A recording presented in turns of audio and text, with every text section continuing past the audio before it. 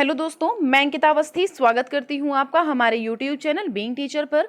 तो आज के इस वीडियो में मैंने डिस्कस किया है बीएड सेकेंड ईयर का जो पेपर नंबर फर्स्ट है, जिसका नाम है development of education system in India and it's challenges. मतलब कि भारत में जो शिक्षा प्रणाली का डेवलपमेंट हुआ वो किस तरह से हुआ और इसकी चुनौतियां क्या क्या है। तो ये पेपर नंबर फर्स्ट है। तो इसका जो सिलेबस है वो इस वीडियो में मैंने डिस्कस किया है। तो आप लोग पूरा वीडियो देखिएगा, क्योंकि मैंने बताया है कि कौन सा टॉपिक बहुत ज़्यादा इंपॉर्टेंट है जो आपको जरूर से पढ़ के जाना है, जिससे क्वेश्चन पूछने के ज़्यादा पॉसिबिलिटीज होती हैं। ठीक है, सिलेबस के अकॉर्डिंग आप अपनी पढ़ाई शुरू करिए, क्योंकि अगर आपको सिलेबस अच्छे से समझ में आ गया तो आपको पता चलेगा कि हाँ कौन सा टॉपिक हमें अभी पढ़ना है, कौन सा टॉपिक हमें छोड़ना है, कितनी यूनिट मैंने कर ली है, कितनी नहीं करी है। ठीक है, वैसे मैं कोशिश करूंगी कि इससे रिलेटेड जो हमारा सिलेबस है इसी के अकॉर्डिंग आपको नोट्स भी प्रोवाइड करवाऊं। ठीक है, कोशिश मेरी 90% जरूर से रहेगी, 10% है कि शायद ना प्रोवाइड करवा पाऊं, क्योंकि बहुत सारे लेक्चर मुझे देने होते हैं। ठीक है, दूसरी बात ये कि हमारे जो पेजेस हैं, इंस्टाग्राम पे पेज है, व्हाट्सएप ग्रुप है और जो हमारा टेलीग्राम है वहाँ पर भी चैनल है। तो आप इन सब से ऐड हो जाइए, क्योंकि बहुत इंपॉर्टेंट चीज़ें रहती हैं।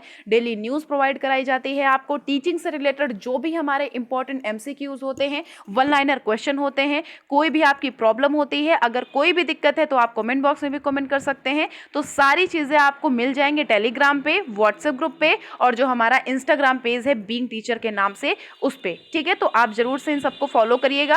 कहीं कुछ भी दिक्कत होती है तो आप कमेंट बॉक्स में जरूर से कमेंट करिएगा। ठीक है, जो पीडीएफ फाइल है, अगर आपको सिलेबस ढूंढने में दिक्कत हो रही है, सिलेबस नहीं मिल पा रहा है, तो ये पीडीएफ फाइल आपको टेलीग्राम के लिंक पे भी मिल जाएगी, तो आप वहां से ज्वाइन कर सकते हैं। जो टेलीग्राम की लिंक है वो हमारे डिस्क्रिप्शन बॉक्स में दी गई है।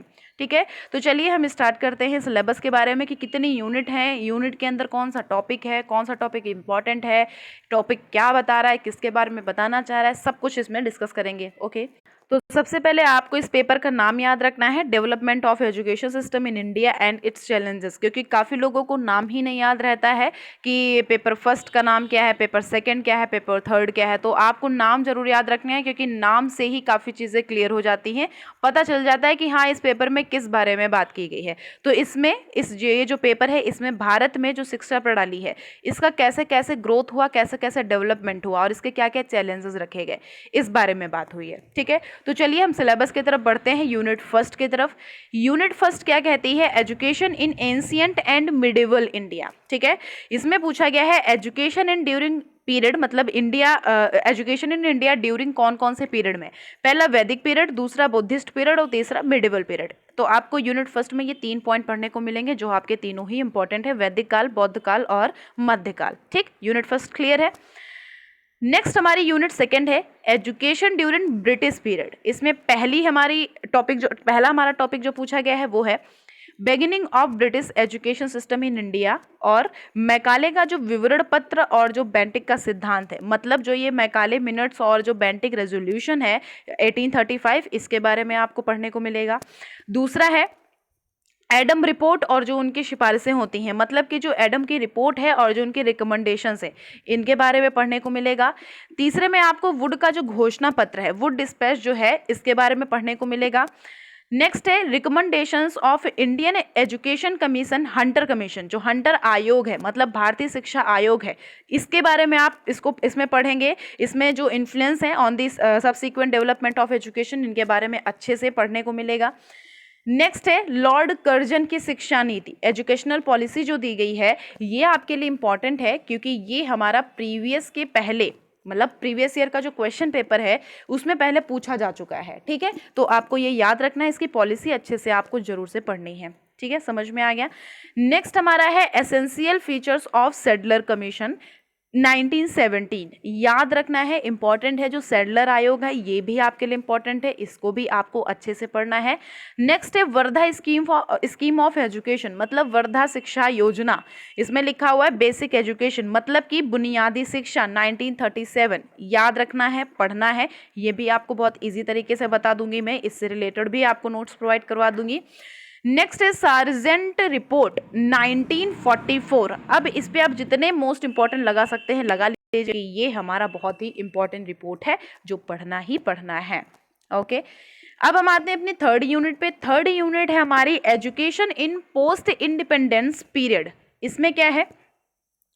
पहला हमें क्या पढ़ना होगा, पहला पढ़ना होगा द यूनिवर्सिटी एजुकेशन कमीशन, मतलब विश्वविद्यालय शिक्षा आयोग, जो राधा कृष्णन कमीशन है, जो इनका आयोग है 1948 to 49, ये पढ़ना होगा।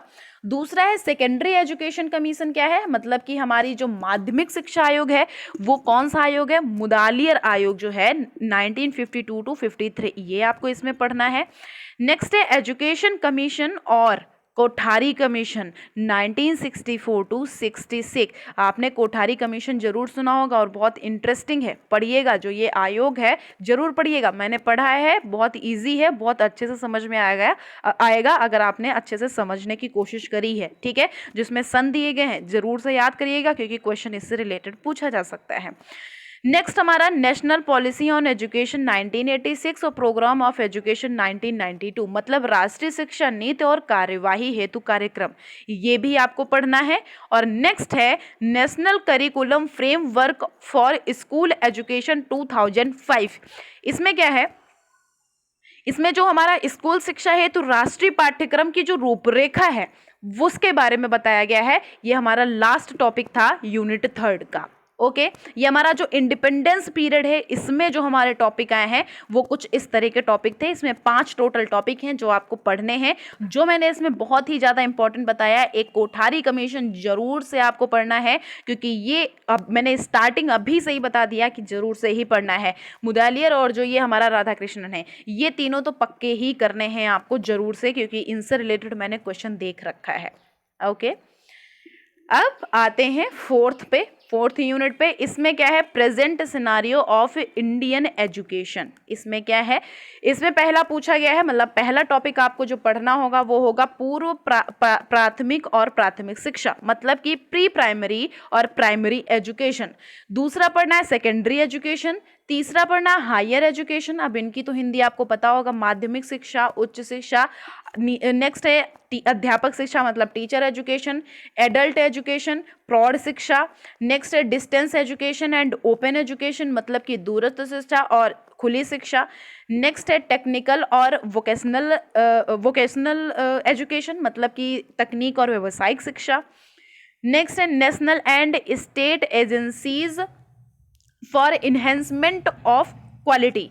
इसमें क्या है, जो गुणों की वृद्धि है, गुणों की वृद्धि में राष्ट्रीय और राजकीय अभिकरण कैसे होता है उसके बारे में बताया गया है, ठीक।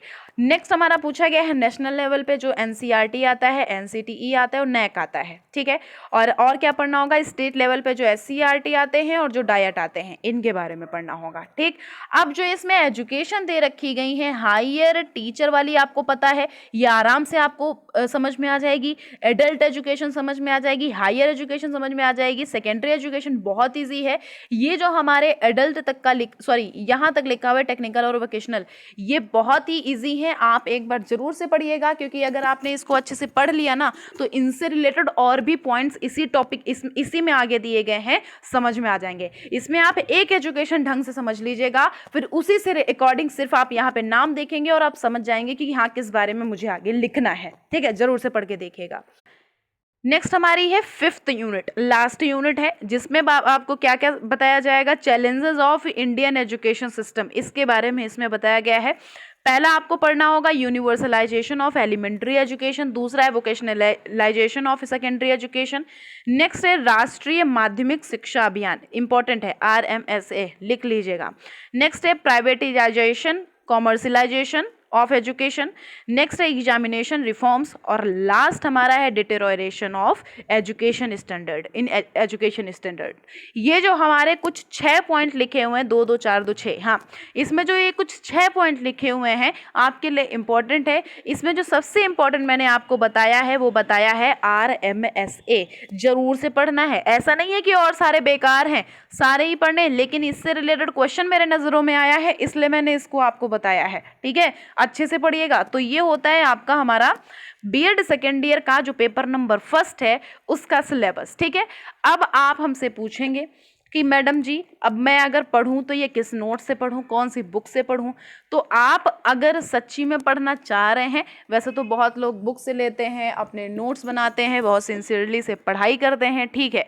अगर आपने अभी तक नहीं कुछ किया है, क्योंकि अगर सेकेंड ईयर है आपका इस बार, फाइनल है इस बार, तो आप ज़रूर से इजी नोट्स ले लीजिए। जो हमारे इजी नोट्स आते हैं जो कानपुर यूनिवर्सिटी का है, ज़्यादातर इजी नोट्स आते हैं, ठीक है। तो इजी नोट्स आप ले लीजिए, तो वो बहुत ही सही होते हैं। जो अनुपम संकलन के होते हैं वो बहुत ही सही होते हैं, काफ़ी आपको हेल्प मिलेगी उससे, क्योंकि मेनली जो हमारी बुक होती है उसमें बहुत एक्सप्लेनेशन के साथ लिखा होता है, ठीक है। बट इसमें वही चीज़ को बहुत अच्छे से समझा करके छोटे में लिखा होता है, ठीक है। तो बस इजी नोट ले लेंगे तो कुछ भी आपको बाहर से नहीं पढ़ना होगा, इजी नोट से पढ़ लेंगे, आपको अच्छे से सब कुछ समझ में आ जाएगा, ठीक है। और आप हमारे पेजेस को प्लीज़ फॉलो कर लीजिए, और वीडियो अगर अच्छा लगा हो तो हमारे चैनल को सब्सक्राइब करिए, अगर आप नए हैं लाइक करिए, और बेल आइकन पे जरूर से क्लिक करिए अगर आपको वीडियो ज़रूर से अच्छा लगा हो, ठीक है। और हाँ, अपने दोस्तों को ज़रूर से शेयर कर दीजिएगा अगर वो टीचिंग से रिलेटेड एग्ज़ाम देंगे या फिर वो बीएड कर रहे हों। ओके, तो चलिए हम टाटा बाय बाय करते हैं और फिर मिलते हैं नेक्स्ट वीडियो में। Thank you so much.